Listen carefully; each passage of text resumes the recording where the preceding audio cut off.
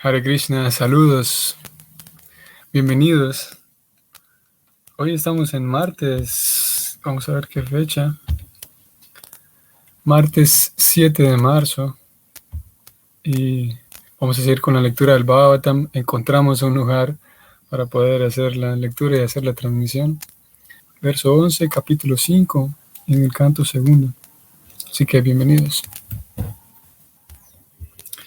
Om Namo Bhagavate Vasudevaya. Om Namo Bhagavate Vasudevaya. Om Namo Bhagavate Vasudevaya.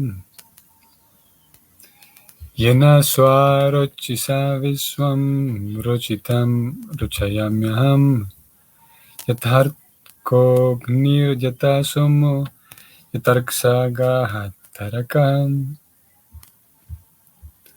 La traducción es la siguiente.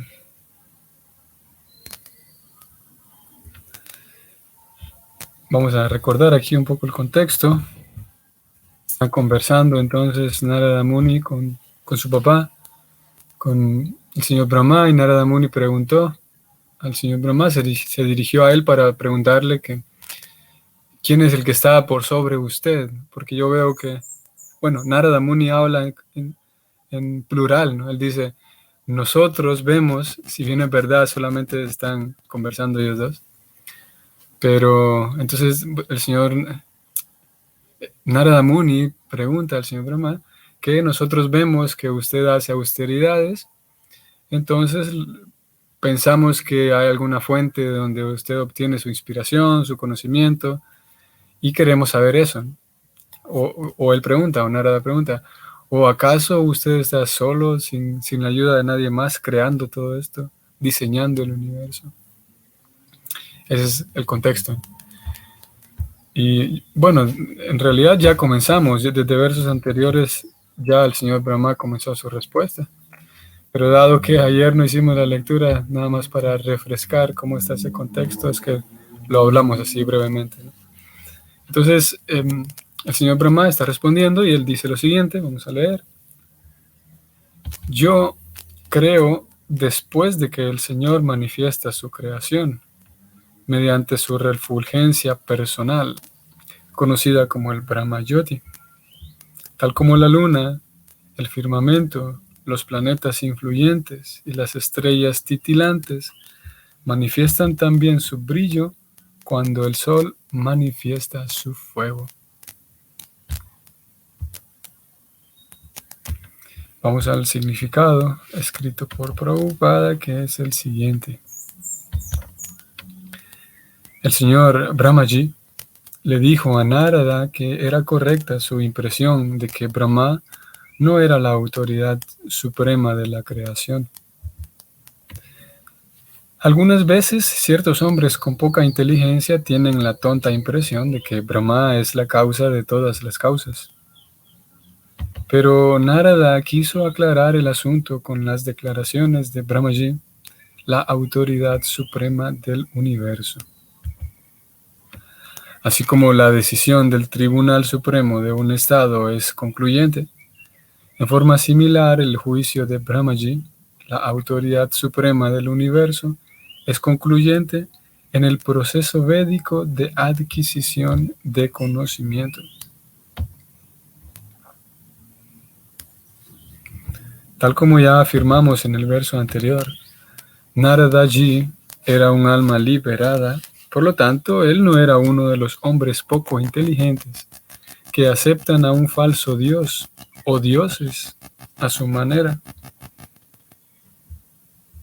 Narada se presentó como poco inteligente, sin embargo, presentó en forma inteligente una duda para que fuera aclarada por la autoridad suprema, y de esa manera las personas que no estuvieran informadas se dieran cuenta de ello y se informaran correctamente acerca de las complejidades de la creación y del creador.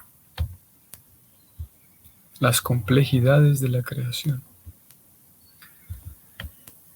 En este verso, Brahmaji aclara la equivocada impresión que sostienen los poco inteligentes y afirma que él crea la variedad que hay en el universo después de que ocurriera la creación potencial hecha por la refulgencia deslumbrante del Señor Sri Krishna.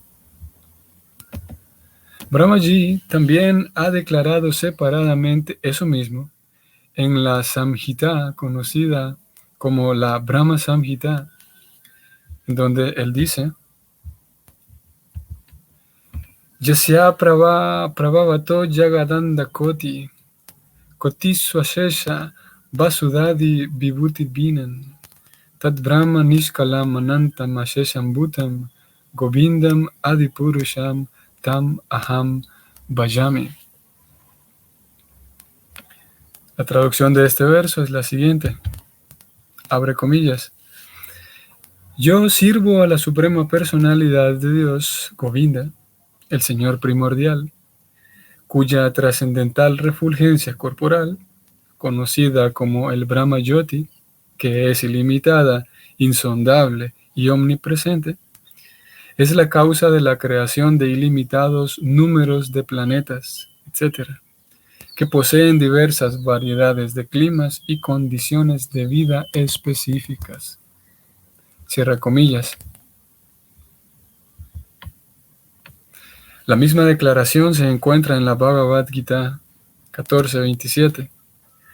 El Señor Krishna es el trasfondo del Brahma Jyoti. Brahmano hi pratistaham. En el Nirukti, o diccionario védico, se menciona el significado de pratishta, diciendo que es, entre comillas, aquello que establece. Así pues, el Brahma Jyoti no es independiente ni autosuficiente. El Señor Sri Krishna es, en fin de cuentas, el creador del Brahma Jyoti, que se menciona en este verso como Swarochita, o la refulgencia del cuerpo trascendental del Señor. Ese Brahma Jyoti es omnipresente y su poder potencial permite que toda creación aparezca. Por lo tanto, los himnos védicos declaran que el Brahma Jyoti sostiene todo lo que existe. Sarvam Klavidam Brahma. El Brahma Jyoti, por consiguiente, es la semilla potencial de toda creación. Y el mismo Brahma Jyoti, ilimitado e insondable, es establecido por el Señor. Por lo tanto, el Señor Sri Krishna es, en fin de cuentas, la causa suprema de toda creación. Aham Sarvasya Prabhava. Uno no debe esperar que el Señor cree como un herrero, con martillo y otros instrumentos. El Señor crea mediante sus potencias. Él posee sus múltiples potencias. Parasya Shaktir Vividaiva Sruyate. Así como la pequeña semilla de una fruta baniana tiene la potencia de crear un gran árbol baniano, asimismo el Señor disemina todas las diversas variedades de semillas mediante su Brahma Jyoti potencial, Swa Rochisa, y mediante el proceso de riego ejecutado por personas como Brahma, se hace que las semillas se desarrollen. Brahma no puede crear las semillas, pero él puede transformar las semillas en un árbol, tal como un jardinero ayuda, mediante el proceso de riego, a que las plantas y los huertos crezcan. El ejemplo del sol que aquí se cita es muy apropiado. En el mundo material, el sol es la causa de toda iluminación. Fuego, electricidad, los rayos de la luna, etc. Todos los luminares del cielo son creaciones del sol. El sol es creación del Brahma Jyoti, y el Brahma Jyoti es la refulgencia del Señor. Así pues, el Señor es la causa fundamental de la creación. Fin del comentario.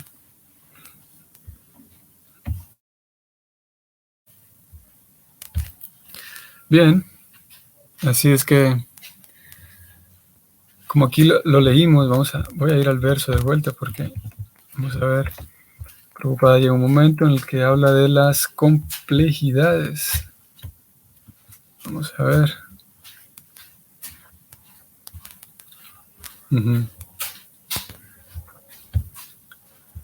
Voy a subrayarlo aquí. Prabhupada está hablando refiriéndose a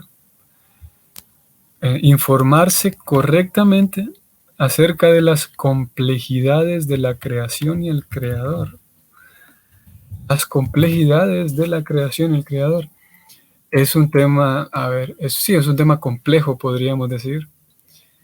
Afortunadamente, toda la cosmovisión del Bhakti nos regala suficiente información como para quedar satisfechos, como lo que acabamos de leer ahora, y vamos a intentar hablar un poco de los puntos ahorita presentados por Prabhupada. Y es que, bueno, antes de ir a analizar el verso, podemos decir que casi cualquier persona que por lo menos tenga un poco de curiosidad o una persona indagadora llegará al punto de preguntarse, por lo menos por curiosidad, ¿cómo funciona el universo? ¿Cómo funciona la vida allá afuera? Viendo hacia las estrellas y viendo hacia el espacio exterior. Es una pregunta de fábrica, podemos decir, que sí, que eventualmente, no sé si decir cada ser humano, pero por lo menos cada persona que es indagadora, que es curiosa, llegará al punto de preguntarse eso. ¿Cómo está hecho todo? ¿Cómo funciona? Y la famosa pregunta en este tema, la universal pregunta interrogante, ¿existirá vida en otros planetas? ¿Habrá, sí, vida similar a la que hay aquí en el planeta? Y tantas interrogantes y especulaciones que surgen de ese tema, con la conclusión final de que nunca lo sabremos. Es una... Muchas personas descansan en esa idea, después de indagar y de alguna manera una actividad frustrante, porque ¿cómo vamos a poder llegar a un conocimiento certero? Solo podemos imaginarnos que exista otro planeta llamado la Tierra y que existan otras personas igual que nosotros. En fin, hay tantas ideas, ¿no?, sobre ese tema. Y como decía, lamentablemente para la persona común, para el hombre común, no hay certeza de todas esas ideas que se le ocurren, no hay forma de verificarlas.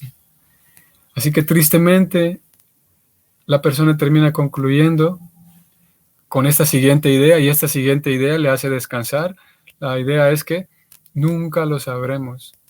Y esa frase de que nunca lo sabremos incluye, sí, lleva implícita la idea de que nunca nadie lo sabrá, lo cual es bastante pretencioso, ¿no? Porque si yo soy incapaz de conocer algo y meto a toda la humanidad allí diciendo que como yo soy incapaz, nadie más va a poder.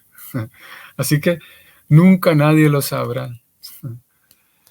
Y aquí está el Bhagavatam, como hemos dicho ya en varias ocasiones, toda la filosofía de conciencia de Krishna, que en realidad aquí estamos hablando de un asunto en relación al tema de la creación, ¿no? La cosmología, pero en realidad todo esto está incluido dentro del gran tema principal nuestro, que es teología. Lo que estudiamos es teología, y cuando nos adentramos en estos temas, como en este caso estamos hablando de la creación, eso es siempre dentro del marco de la teología, sin olvidar que es de Krishna que estamos estudiando, que es de acerca de Dios. Lo mismo cuando estudiamos acerca de filosofía como tal. Aquí también fue incluido un poco con una tesitura filosófica también. Prabhupada habló de la causa potencial, la causa fundamental. Por lo tanto, la filosofía está incluida también. En otros momentos, cuando estudiamos, o el Bhagavatam nos lleva, por ejemplo, a temas psicológicos, por ejemplo, analizar el comportamiento, la forma de pensar de un alma condicionada, aún a pesar de que estudiemos o abordemos el punto desde una perspectiva psicológica o a veces sociológica, a veces preocupada, o los versos hablan de la distribución social, cómo funciona el mecanismo social o cómo debería funcionar, en fin. Todos esos temas están incluidos en el marco teológico y en realidad, ese es el tema principal por el cual estudiamos todos estos libros. O, sí, en este caso, en nuestro caso, estudiamos el Bhagavatam. Entonces, retrocediendo a nuestro amigo imaginario del ejemplo, retrocediendo a la persona que concluye diciendo, nadie lo sabrá, nunca nadie lo sabrá. Decíamos que es pretencioso y en un sentido es infantil y sí, y falta de cordura decir de que como yo no lo sé, nunca nadie lo sabrá. Pero aquí está el Bhagavatam, decíamos. El Bhagavatam diciendo que sí. Un momento, ¿cómo es eso de que nunca nadie lo sabrá? Aquí está, sí, sí se sabe. Tenga, tome, lea este libro y infórmese, como aquí lo acabamos de leer. Vamos a leer textualmente las palabras de Prabhupada, voy a ir ahí al verso. Y el Bhagavatam también ahí nos dice que, vamos a ver, voy a leer. Narada presentó en forma inteligente una duda para que fuera aclarado por una autoridad suprema o por la autoridad suprema, y de esta manera las personas que no estuvieran informadas se dieran cuenta de ello y aparte se informaran correctamente. Aquí está, como hemos dicho, es un conocimiento certero, un conocimiento que lo que pretende el Bhagavatam es, como acabamos de leer, informar correctamente. No solamente informar, porque podríamos tener un libro. Vamos otra vez con nuestro amigo del ejemplo, nuestro amigo que concluyó diciendo que nadie lo sabrá. Podríamos ofrecerle a esta persona un libro que dé una respuesta y que en este libro se diga, bueno, la respuesta es esta, que existen, por decir un ejemplo, que existen tantos miles de planetas en el universo. Ya consiguió su respuesta nuestro amigo del ejemplo. Sin embargo, el Bhagavatam no pretende dar solamente una respuesta. Que ya eso sería osado, ¿no? Que ya eso, si alguien se atreve y tiene la osadía de afirmar de manera así contundente que, por ejemplo, en relación al número de planetas, que existen tantos planetas, o si vamos a poner un ejemplo más concreto, que el Bhagavatam también habla de ello. Si alguien habla, por ejemplo, de los ingredientes o los componentes de los cuales están creados diferentes planetas. Alguien escribe un libro y lo publica, ya eso sería una osadía, ¿no? Y definitivamente muchas personas lo rechazarían por falta de seriedad. Y si bien eso ya es una osadía, imaginémonos ahora el Bhagavatam tiene otro nivel de osadía todavía, porque el Bhagavatam dice, esta es una respuesta para aquella persona que dijo que no había respuesta. Aquí está su respuesta, pero además el Bhagavatam dice, esta es la respuesta correcta. A diferencia del primer nivel de osadía en donde alguien se atrevería a afirmar, a dar declaraciones basándose en tal vez ideas propias, el Bhagavatam dice, no, esta no es una idea, esta es la verdad. Como dije, es mucha osadía de parte de este libro. Y obviamente nosotros sabemos por qué el Bhagavatam habla con palabras así contundentes y de manera osada. Porque el Bhagavatam, y justo en el marco de estos últimos versos que hemos venido leyendo, y justamente estamos viendo ahora aquí a Narada Muni hablando con su papá, que aparte de su maestro, el Bhagavatam presenta este conocimiento en el sistema, como ya hemos leído, el sistema Parampara, que le garantiza a uno, o que le presenta la garantía, y uno puede, con sus propios medios, con su propia inteligencia, verificar eso, de cómo el sistema Parampara está conformado por, de acuerdo como lo describen las escrituras, funciona de tal manera que hay un vínculo constante y imperdible entre el maestro y discípulo, y esa cadena de sucesión discipulada se remonta a generaciones y generaciones de sabios y santos cuya única vida era servir a Krishna, servir a Dios. Y cuando uno ve, tiene la fortuna, que realmente es una fortuna, de poder estar en compañía, en presencia de aquellos miembros del Parampara, aquellos miembros genuinos del Parampara, de la asociación discipular, uno puede darse cuenta de que esas personas, como el caso de Prabhupada, por ejemplo, no tienen la menor necesidad de inventar historias místicas para que la gente me crea. Voy a inventar personajes súper poderosos y no, el Parampara, el maestro espiritual, no tiene la más mínima necesidad de inventar y ponerle demasiadas flores a este libro. No es en virtud de eso, de esos grandes inventos que el Parampara ha hecho, que ha incluido en sus libros diferentes figuras poéticas para atraer a la gente. Es que en realidad ellos no tienen esa necesidad, son transparentes y hablan con transparencia. Y aquí tenemos entonces ese Bhagavatam que osa entonces de esa manera a hablar y a decir, esta es la verdad. Y ese es un desafío grande para muchas personas, porque muchas personas simplemente no pueden con eso, les estorba demasiado que libros de conocimiento espiritual hablen con esa autoridad. En este caso estamos hablando del Bhagavatam. En otros casos, sí, otros libros auténticos, espirituales. Y como dije, algunas personas, como decíamos hace unos días atrás, algunas personas tienen sukriti, algunas personas tienen duskriti. Y cuando hay muy poca piedad en el corazón, hay gente a quien realmente le estorba, le molesta, le irrita y le da urticaria que un libro hable así con tanta autoridad, porque sí, el corazón, hay poca piedad en el corazón. Ese es el diagnóstico y esa es la evaluación que hace el Bhagavatam en esos términos, de que ese rechazo y esa molestia, hay diferentes niveles, claro, y ese rechazo, esa molestia, se debe a la falta de piedad en el corazón. Y en todos esos niveles podemos poner desde el extremo más grande a una persona que realmente se irrita grandemente por lo que puede encontrar en las escrituras, porque Krishna diciendo que man maná baba mad bhakto, que entrégate a mí y ríndete a mí, y a alguien le puede molestar eso, ¿no? Entonces decía que por un lado tenemos un extremo, ¿no? Alguien que le estorba y le molesta completamente. Y luego tenemos al otro extremo un devoto, un Vaishnava, que confía realmente en su corazón.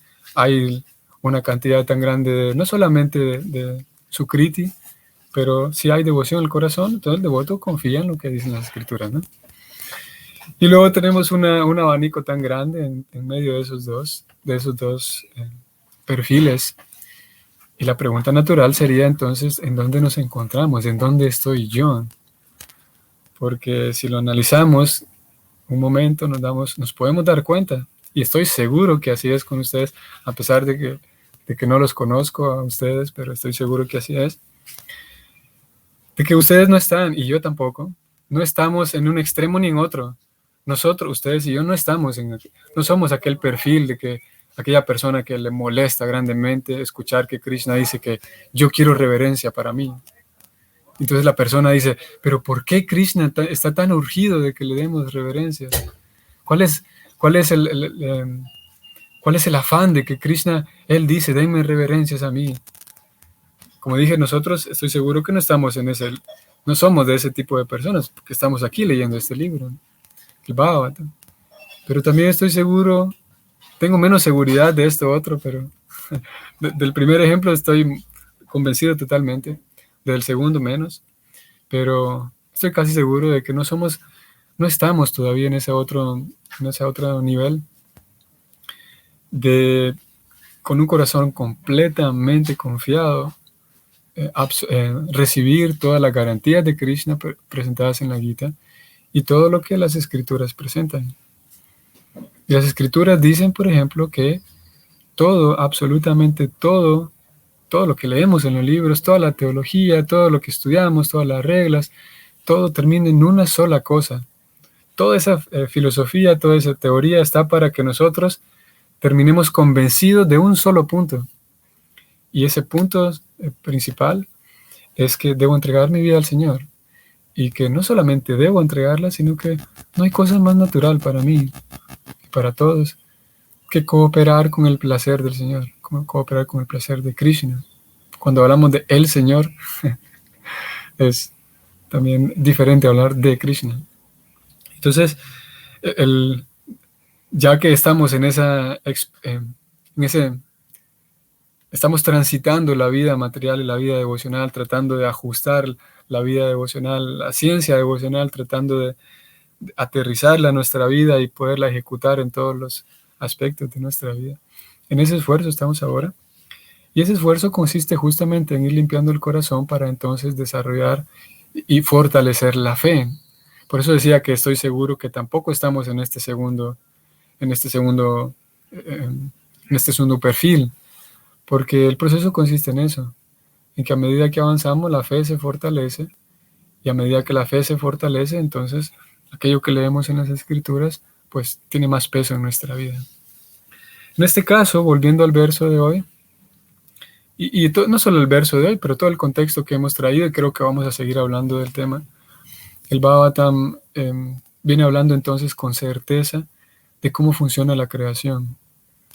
Y más puntualmente en el verso de hoy, el señor Brahma ha dicho que sí, que definitivamente yo soy un creador secundario. Vamos a ir al verso.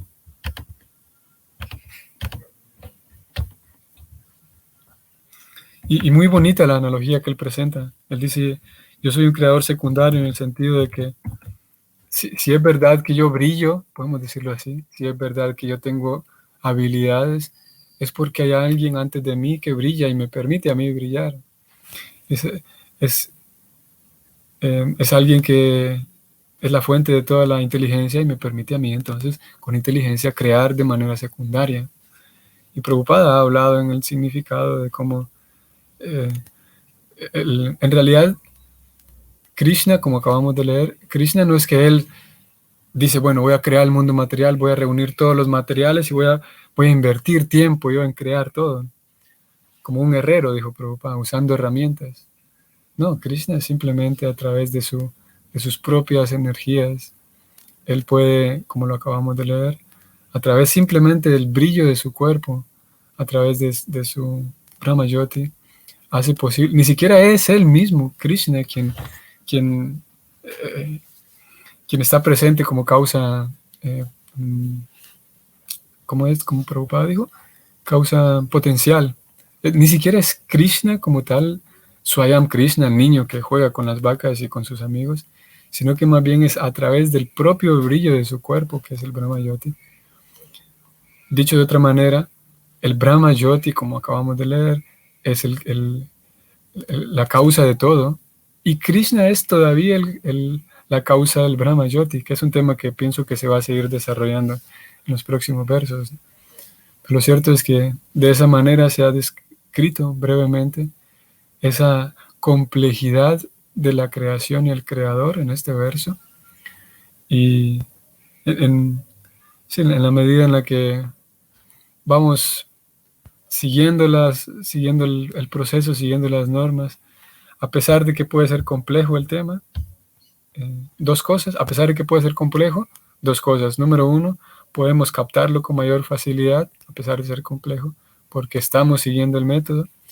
Y número dos, podemos no solamente captar la idea con mayor facilidad, sino que en el acto de estudiar el tema de la creación, como dije al inicio, sabremos que estamos recibiendo Krishna Katha, estamos leyendo y escuchando acerca de Dios, a pesar de que el tema sea así más técnico en relación a la creación, pero gracias a que estamos siguiendo el método, el placer experimentado en estudiar esos temas de la creación es el mismo placer experimentado para el devoto al estudiar o al escuchar temas relacionados con historia de Krishna, temas más relacionados con las actividades de Krishna. Aún a pesar de que, como dije, puedan parecer temas desvinculados. Por un lado está Dios y por otro lado está cómo funciona el universo. Pero a medida que seguimos el método, como dije, podemos extraer, podemos tener un contacto con Krishna a través de estudiar esos temas y por lo tanto podemos extraer satisfacción, la misma satisfacción que leyendo acerca de o estudiando acerca de las historias directamente de Krishna. Eso es lo que vamos a decir por hoy. Y si el Señor lo permite, nos vamos a ver más tarde. Hare Krishna.